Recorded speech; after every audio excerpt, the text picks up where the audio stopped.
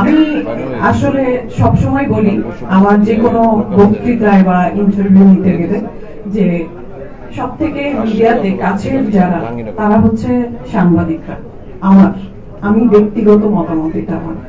Doctor যেমন রোগী দেখতে চলে যায় রোগীর বিপদে বা মুমূর্ষ অবস্থায়, আমার যে কোনো ভালোতে মন্দতে তারা আমার পাশে থাকে, সেরকমই ছুটে যায় আমার কাছে।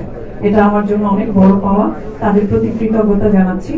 এত উপস্থিতি সবসময় দেখি, এটা খুবই আনন্দের এবং মধ্যবিত্তের পাশে থাকার একটা নমুনা।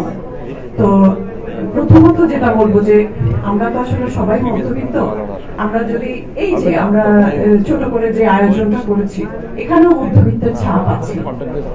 তা না হলে আমরা সেরাটনে করতাম, তা না হলে আমরা ওয়েস্টিনে করতাম।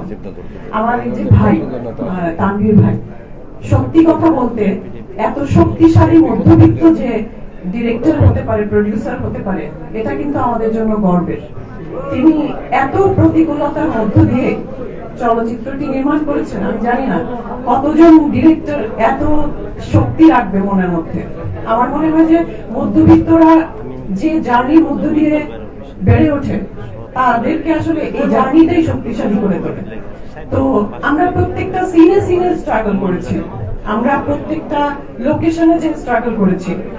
এই তানভীর ভাইয়ের জার্নি আরো অনেক লম্বা। আমরা যারা কলাকুশলী বা আর্টিস্ট তার সঙ্গে সংশ্লিষ্ট হয়েছি কাজের শুরুতে, সেই থেকে এই পর্যন্ত আমরাও কিন্তু তার সাথে সাথে স্ট্রাগল করে গেছি শুটিং শেষ হওয়া পর্যন্ত। যেটা আমি এখন এটা নিয়ে কখনো আফসোস করি না, এটা নিয়ে গর্ব করি যে আমরা মধ্যবিত্তের এত বড় অংশ হয়ে আছি। আর সব থেকে বড় কথা কি, সেই করোনা থেকে শুরু করে এই পর্যন্ত দেশের অবস্থাই তো নড়বড়ে, পারিপার্শ্বিক পরিস্থিতি তো নড়বড়ে, মৌলিক চাহিদা জায়গাগুলোই নড়বড়ে, তারপরে তো আসে বিনোদন। তো সেইখানে আছে হচ্ছে আমাদের চলচ্চিত্র, যে কারণে চলচ্চিত্র অঙ্গনে কিন্তু চরম ভাটা। তার মাঝখানেও যে সাহস নিয়ে তানভীর ভাইদের মতো মানুষেরা এই চলচ্চিত্র নিয়ে এগিয়ে আসে সবার সামনে, এটা তাদেরকে বাহবা দেওয়া ছাড়া আসলে আর কোনো সুযোগ নেই। তারপরে বলবো যে দেশের এই যে 5 তারিখ 5ই অগস্ট একরকম আমরা নতুন করে একটা দেশ পেয়েছি, বা যাই হোক একটা আনন্দের বিষয়। কিন্তু তো সেইখানে আমরা যখন নতুন একটি চলচ্চিত্রের আবির্ভাব হয়েছে, আমরা দেখিনি খুব একটা যে দর্শক হল পর্যন্ত গেছে। বেশ কিছু চলচ্চিত্রের এরকম পরিস্থিতি দেখেছি, অনেক ভালো ভালো চলচ্চিত্রের এরকম পরিস্থিতি দেখেছি, অনেক বড় বাজেটের ছবিতেও আমরা দেখেছি হল ফাঁকা, দর্শক নেই। কিন্তু আমার কথা হচ্ছে যে মানে পৃথিবীতে মা যেমন শিশু জন্ম দেওয়া বন্ধ রাখেন না, চলতেই থাকে চলমান প্রক্রিয়া। ক্রিয়েটিভ মানুষরা তাদের ক্রিয়েটিভিটিকে এভাবেই সামনে আনে, সেটা যে পরিস্থিতি হোক না কেন।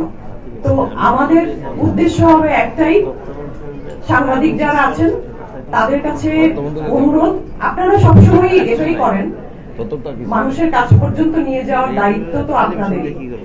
তারা হয়তো একটা চলচ্চিত্র নির্মাণ করে, একটা চলচ্চিত্র নিয়ে মানুষের সামনে যেতে চায়, কিন্তু সেটার প্রধান সহযোগী তো সাংবাদিকরা। তো সেই